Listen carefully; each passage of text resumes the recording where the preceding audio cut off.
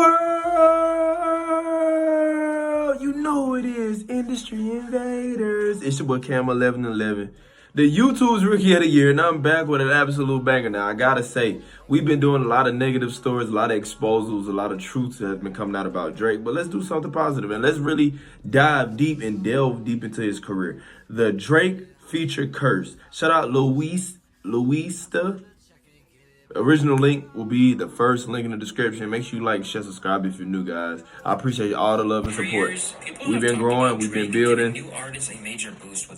Let's go. Let's dive into it.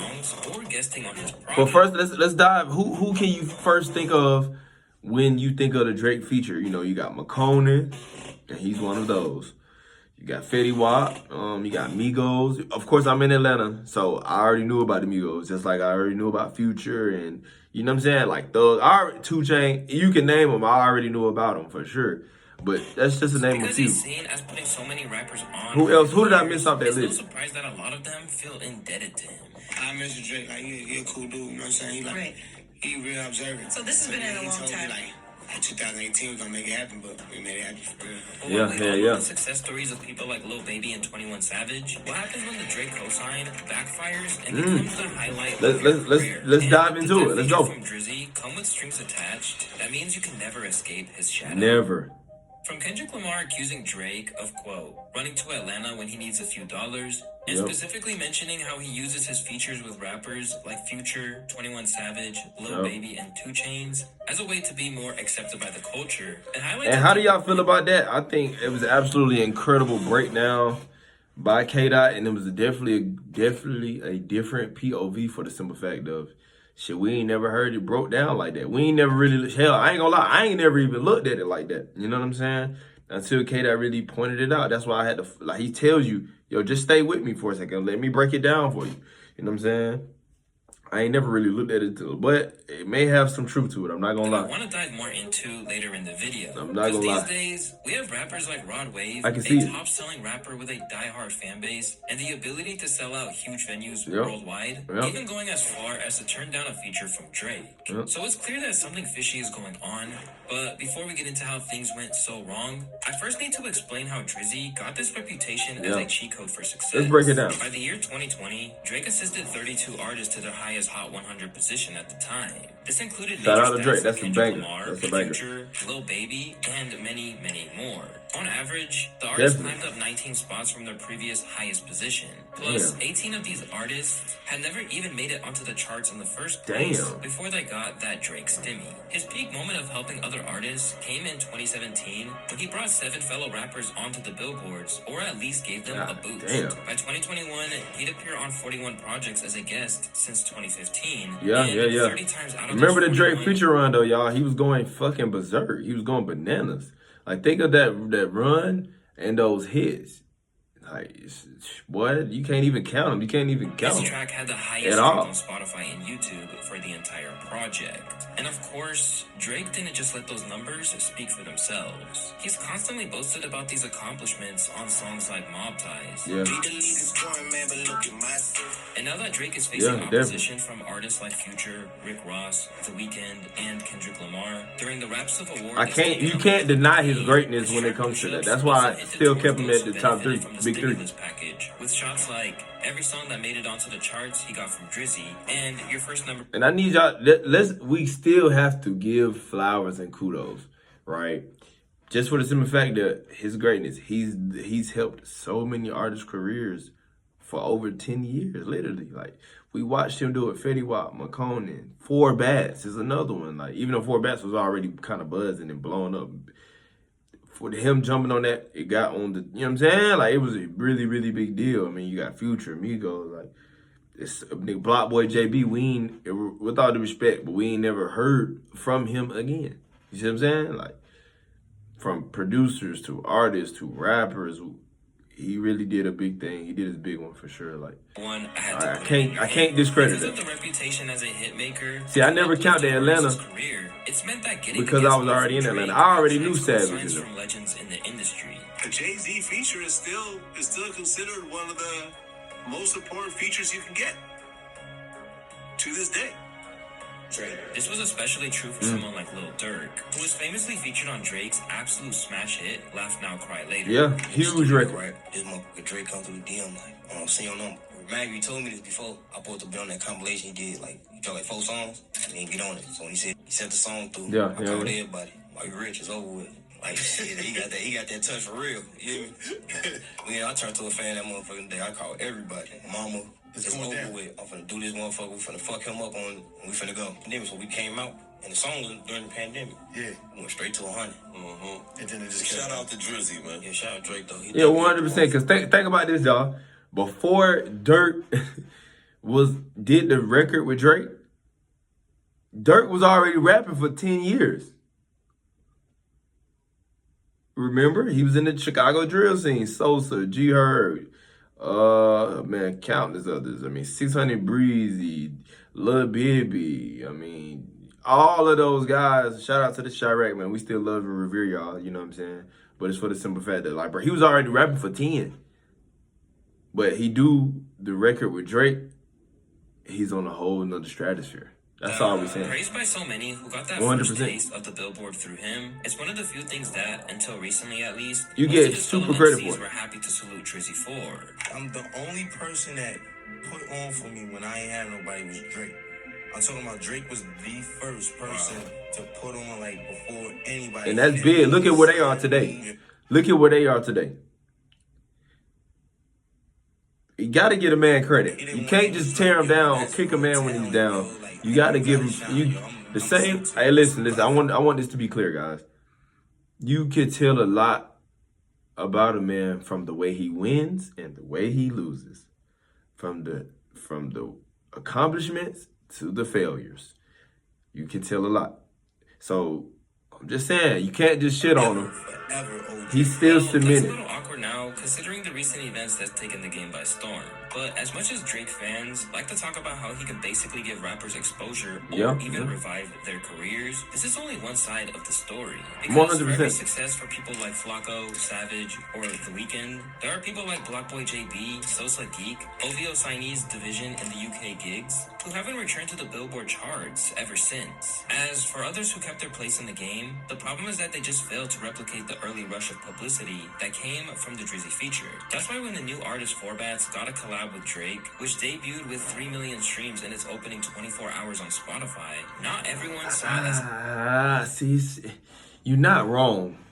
You're not wrong, but is it the lack of their greatness or is it because of the Drake collab? I can't blame Drake for you not recreating the moment. Your job, all Drake did was give you the plateau, give you the ladder, give you the platform. He opened the door for you. You supposed to run through that motherfucker. If Drake, you know what I'm saying, at that time, if Drake would have gave me a feature, I would have ran through that motherfucker. I'm dropping every day. I'm dropping music every fucking week. I don't give a fuck. Like, you supposed to flood. You supposed to stay consistent. You supposed to keep working. And you supposed to not get lost in the sauce. But, of course, that's obviously easier said than done, right?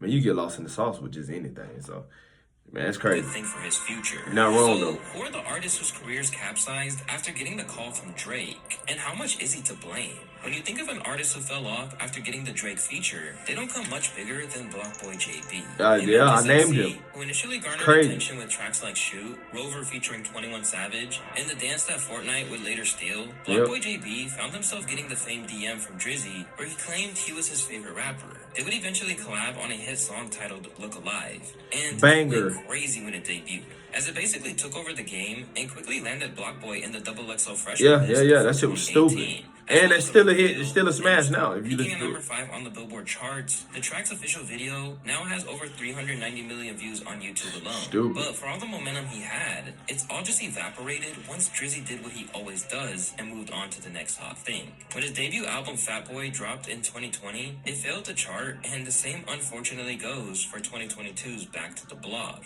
Although he still has his loyal core fans, resulting in 2.4 million listeners on Spotify, he's Hey, let's be real. Is that core fans? Or is that from the few hits that you have? You know, the Rovers, the Shoots, the Look Alive with Drake. Is that... Because think about it, if you drop your album, you have 2.5 million monthly listeners and you drop your album and you can't even reach the top 200 Billboard charts.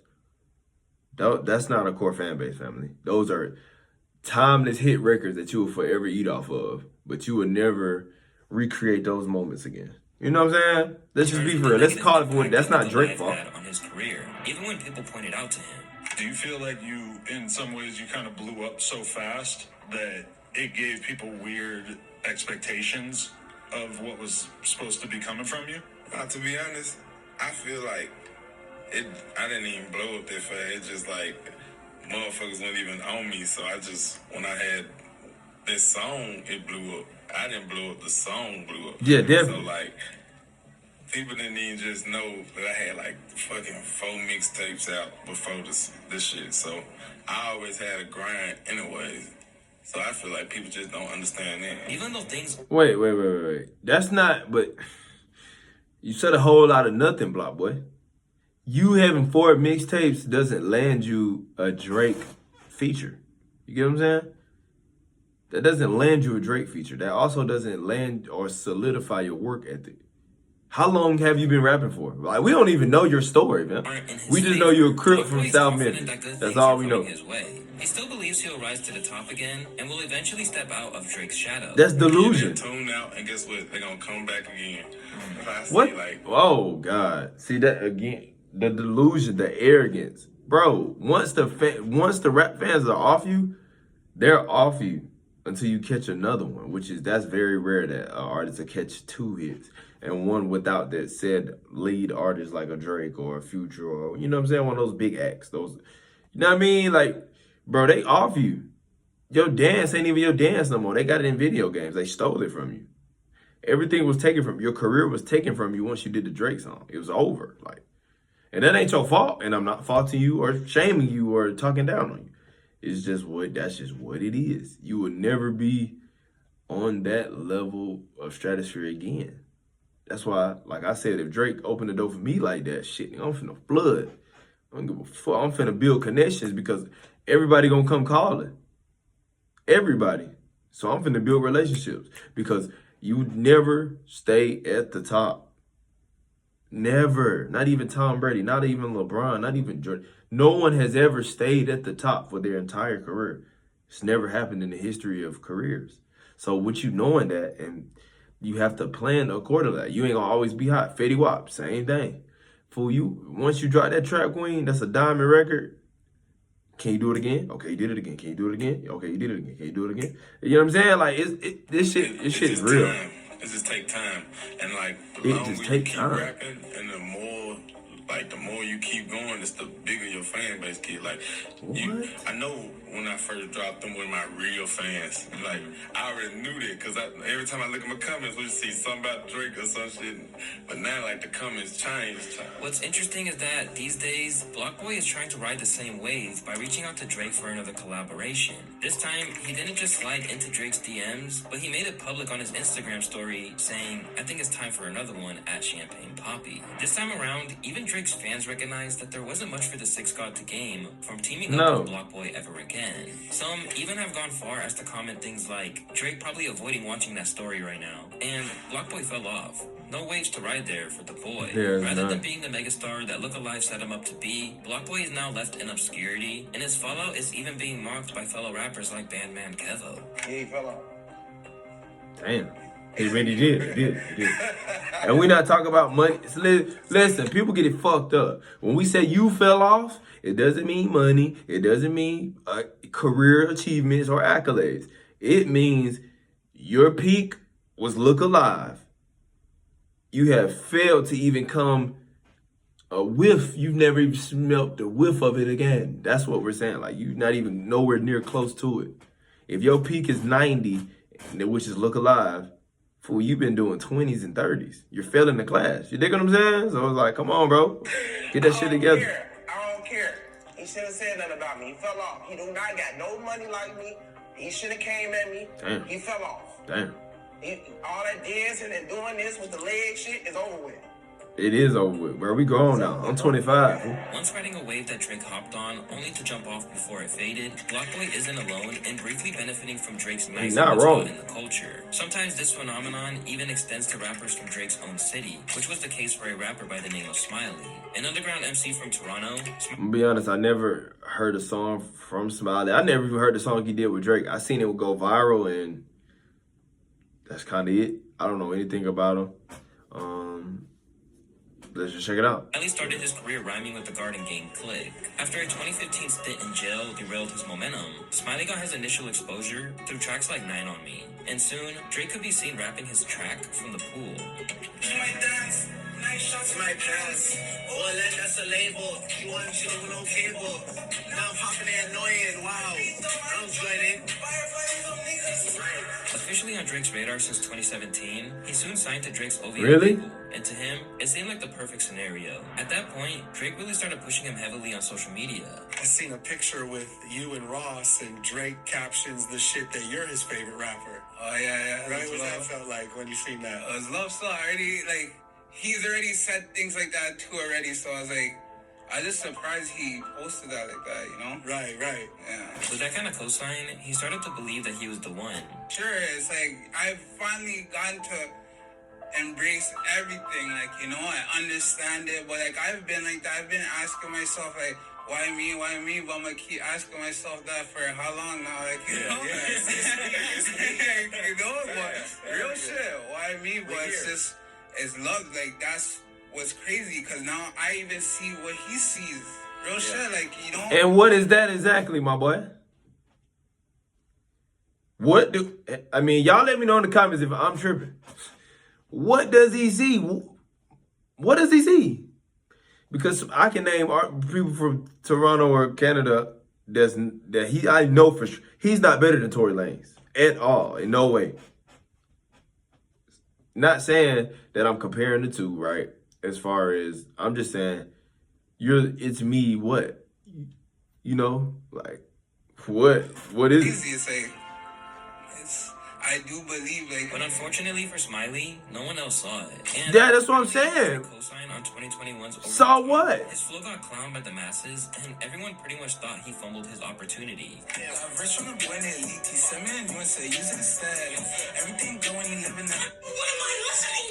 Yeah, what the fuck is that? Mad, bro, because this shit, bro. It getting me hot, bro. I ain't gonna lie. The comments were just as ruthless. One of the hardest verses from Drake in a long time, and Smiley does this. Smiley sounds like he has tickle battles with his homeboys. Despite the fact that the track got number 57 on the chart, his 2021 album, Buy or Buy 2, sold abysmally, clocking in at just 1.5k units in its first week. Since then, he's barely been a factor, but has denied falling off, without any real evidence to back it up, aside from the fact that he was chilling on a boat. But falling by the wayside in Drake's priorities after a hit isn't exactly anything new. I mean, just look at what happened. Wait. Fool, you should have known you wasn't it when you couldn't even reach top 25 with Drake. Everybody who does a collab with Drake is top 25 and up. Or top 25 and lower, I should say. You know what I'm saying? Like, boy, you number 57. Boy, these niggas be trash. To iLoveMakonnen, another artist. They swear they cold. From a They be garbage. Makonnen's debut EP popped off, courtesy of tracks like Tuesday and I Don't Sell Molly No More. After putting in a call to producer Sunny Digital, Drizzy got his hands on the track, and suddenly. Hey, and shout out Sunny Digital, man. You don't get enough credit for helping paint the Atlanta wave and tapping in with some of these prevalent voices that we have, like a Gucci, like a Future, like a 2 Chainz, like a, you know what I'm saying? Like a Savage. Like, Sunny Digital is very, very prevalent in Atlanta. Life changed. And when Drake got on, no lie. What'd you say? Oh, man, I just fainted in the house. He started the video. I was like, what the hell happened? Yeah. I was just tripping with my friends, you know what I'm saying, smoking weed, hanging out. Somebody tweeted me a link like, oh, that new Drake and iLoveMakonnen is fire. And I just favored it, like, oh, yeah, that would be dope. He must mean, like, if me and Drake made a track, right, that would be hot. And I was like, yeah, that would be hot. The official OVO page tweeted me and was like, Drake, iLoveMakonnen featuring Drake, Tuesday remix. And I was like, what the hell? I was like, no way. I met Drake after the show, after watching the show and shit. And then he came up to me singing some more lyrics from, like, I Don't Sell Molly and all that. And I was like, what? How do you know my music? You know what I'm saying? Soon after that, Makonnen signed to OVO and thought he won the music industry lottery. But just a year after he got signed, the Californian was lifting the lid on the experience and even claimed that Drake threatened to put hands on him at one point. In a lengthy interview with The Fader, Makonnen expressed how he felt like Drake and his crew were, quote, scared when they saw how easily he could cook up some bangers. Before expressing how he felt betrayed by Drake's camp for the way he was treated when he entered their orbit. Why y'all want to play games? Why didn't y'all just tell me you didn't want to fuck with me anymore and just let me go about my own way? Why did y'all make me chase you all the way the fuck around? Be for real. Like a fucking fool. Why would you do this? I was threatened by others. Someone I so-called look up to, saying, we gonna fuck you up the next time we see you. Believing that OVO be fucking for real. They needed a hot song, Makonnen has stayed on his independent grind. But nothing's ever hit the same since he had this misadventure with OVO. But while there might have always been a ceiling on Makonnen's success anyways, one person who many think has been held back by his association with Drake is PartyNextDoor. An R&B pioneer in the eyes of the fans, the fellow Canadian has been clicked up with Drake. And P&D put out a new album this year. Shout out P&D. Incredible album. I love P&D. P&D is incredible writer. Incredible artist. Shout out P&D, man. And while The Weeknd refused to sign to OVO, PartyNextDoor was happy to sign his name on the dotted line. I could go to a label where they don't know how to handle me and they don't care, he said of his decision. Or I'll have a mentor who's been through it, who knows exactly what I want to mean to my city and what I want to achieve. They know how to handle your emotions. I'll have freedom and guidance. I don't even know where the hell P&D from. All this freedom, he later revealed in an interview that he had to give Drake the track Wednesday Night Interlude for one of his projects, even though he wanted it for himself. But there's no denying that Drake made a really big impact for him. In 2016, Come and See Me got him onto the charts. And for in sure. 2019, That's a banger. Loyal became his biggest commercial success so far. But there's times where P&D's frustration with his role at OVO has boiled over, particularly when it comes to writing for other artists. I'm 23, but I feel 43, you know what I mean? Damn. To write for these other people. P&D has faced criticism for either sharing his hits with Drake or finding his biggest successes alongside him. He once tweeted and deleted his plans to leave the label after one more album in November of 2020 when he wrote, one more album, then I'll tell y'all what it's like. But now that so much time has passed, it's hard to imagine that even as talented as he is, that he could ever reach the full potential he had. No, never, wasting valuable time on the shelf at OVO. As for others, the Drake cosign seemed to come at the perfect time, only to be unable to capitalize. This was definitely the case for Young Blue. And hey, again, I'm a little biased. Young Blue from the South. We already knew Blue.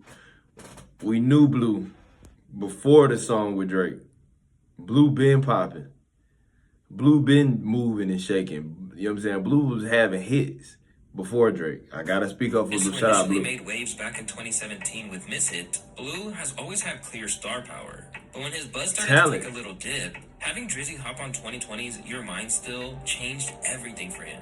Before that, he was battling to get a fair deal from record labels and almost signed his life away on what would have been a terrible contract. Yeah, but the minute that he was seen next to Drizzy, he suddenly had leverage. The deal they was offering me, it was like a lot of projects involved in that. Like, and I was just like, man, I ain't got no other choice, man. I'm just gonna take the opportunity, huh? Like three projects or so? Like 4.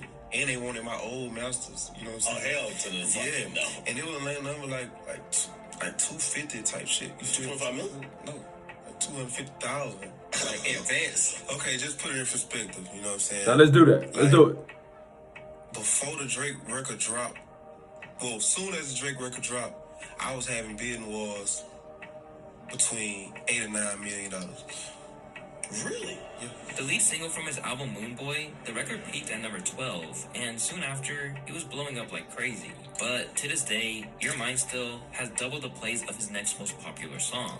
And while albums like 2023's Love Scars 2 did alright, he still hasn't been able to get a hit that comes anywhere close to the impact of the collab with the Sixth God. Through these artists, we get a glimpse into the... Yeah, but I can't... He's still moving and shaking. These other guys outside of PartyNextDoor aren't moving and shaking. We don't know what the fuck BlockBoy JB doing. Makonnen's out of here. But the only thing we know about Makonnen is he was just taking pictures with YoungBoy a couple years ago, a year ago.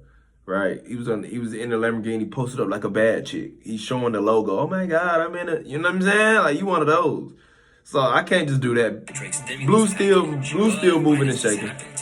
He's still moving and shaking. Who exactly is to blame? Drake's critics often suggest that there are hidden reasons behind his collaborations. Since his rise to fame, he's faced accusations of capitalizing on others' sounds or leveraging their hype for his own gain. Back in 2015, when he first started co-signing Kodak Black, Earl Sweatshirt called him a vulture on Twitter, where he wrote, "I still feel like Drake's overall statement isn't 'check this new shit I heard.' It's always self-serving." And a lot of people agree. Drake obviously embraces the curator/trendsetter persona, and he's decent enough at it. But it doesn't ever seem like he manages long-term working relationships with these artists he quote-unquote discovers. Whether it's Dej Loaf, Fetty, or Makonnen, it feels like nothing can happen in hip-hop without him. He's a vampire. But according to Drake, it's nothing as sinister as that. Whether it's UK rap or You're not wrong. he's tapping into, it's just not because wrong. he's a music lover. I like to enjoy what's going on, man. I appreciate, like, all these young people creating all these things. You know, it takes some real energy and synergy to, like, create a good song. Yeah. Like, I hate that people think that, like, me being, like, into music from these kids that are trying to, like, make it and trying to build a name for themselves is like, oh, that's some culture vulture. Like, It is. It's not even me. I don't understand what that means. Yeah. Would you rather me, like, not Exactly. like, acknowledge anything or support? Like, that's No. What we want you to do is rock with them. Do more than just a song with them. You don't even still talk to these people. You change your number and they never hear from you again. That's why you're a culture vulture. You don't do a record with them outside of the handful that you have that you kept rocking with. That's all we saying. But it is what it is. I see it a lot. That's all we saying. I guess people have their own outlook on it. But it's fair to say that not everyone thinks it's as straightforward as that. In the eyes of the TDE rapper Daylight, he'll just use them up and throw them away. We live in an era where people need to suck other people's juice. So they're going to make friends with him, especially you know who. He's going to make friends with him. He's going to try to do a song with him and feed off of him like he does every other. Right. They're going to get on your records. They're going to take your style. And they're going to blow up, and then when you dry out, they're going to keep going. And when you look at the careers of people like BlockBoy JB and Makonnen, That's perfect example. Then you have the problems he faces with the artists on his label. Similar to P&D's experience, there's a feeling that many of the artists are fueling the Drake machine. OVO's Majid Jordan once described a studio setup that was way more similar to a boot camp than it was to a recording session, where artists are secluded, working tirelessly on projects without outside contact. The result? Well, it gave us hits like Just Hold On, We're Going Home, which, as many of you know, is one of Drake's most popular tracks. But it's stories like this that alter some fans' perceptions to the point that they believe Drake operates a musical sweatshop disguised No, as a definitely. label. We call it OVO When his sweatshop. newest signee, Forbats, joined, they were trying to warn him about what to expect. Welcome to the sweatshop, Forbats. Your stay is indefinite. To noted Drake stan academics, there are definitely problems that arise from the Drake stimulus package. Drake has successfully cleared himself of a number 2. This was artistry and wizardry at its finest. Hear me out. Drake rocked all these newcomers to sleep that could be possibly an incumbent. Okay, little baby. All right, bet. You know, see, Drake never hates on the new guy. He just shows him overly love and almost gets credit for the new guy come up. Then after a while, he steps away from the nigga. And shit never looks the same. But when it comes down to it, Drake is ultimately free to give a feature to whoever he wants. And if they're not on his label, he doesn't owe them anything else. In fact, while it might give these rappers a buzz in wake of the track dropping, it's not his job to give them a career. That's all we saying. Drake, just show love if you're really showing love. Everything don't have to be self-serving. But y'all let me know what y'all think about the Drake curse. Y'all let me know if y'all think it's a curse. Y'all let me know if it's just Drake greatness or we hating on Drake or, you know what I'm saying? Let us know if it's dick riding. You let me know what you think in the comments. I'm signing out, y'all. Love.